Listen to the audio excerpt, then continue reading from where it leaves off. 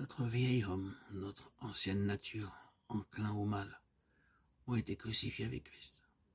Le voilà le message de délivrance, après quoi soupire toute âme qui gémit sous le poids du péché. Nous tous qui avons été baptisés en Christ, nous avons été baptisés en sa mort.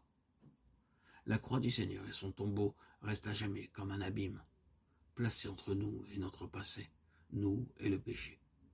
Christ est ressuscité des morts.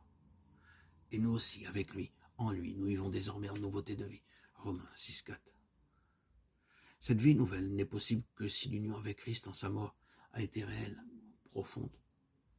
Une simple adhésion de l'intelligence ne suffit pas.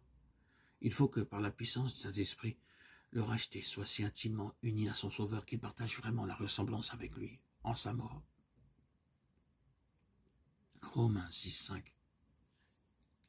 Alors affirme l'apôtre, nous connaissons la puissance de sa résurrection et nous savons avec certitude que nous sommes crucifiés avec lui, parce que le péché ne domine plus sur nous. Ce qui est mort est justifié. La tyrannie du péché est brisée.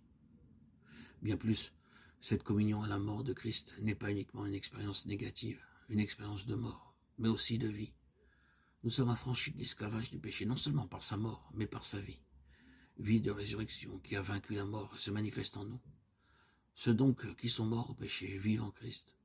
La vie de Christ, ne rencontrant plus d'obstacles, se communique à eux comme celle du cep au sarment.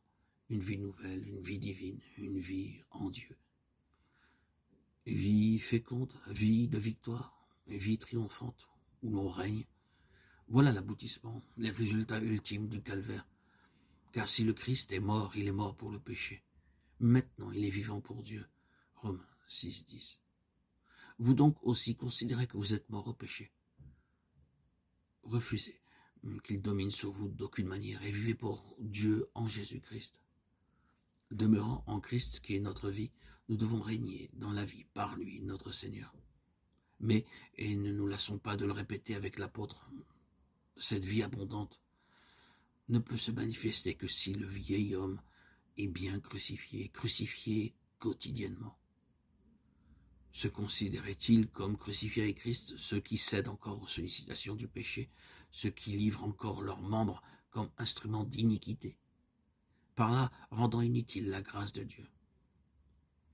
Pour expérimenter la parfaite délivrance du calvaire, les rachetés doivent maintenir en eux, instant après instant, l'état de mort au péché, tout en se donnant à Dieu comme vivants, de mort qu'ils étaient, et offrir leurs membres à Dieu, pour être des instruments de justice.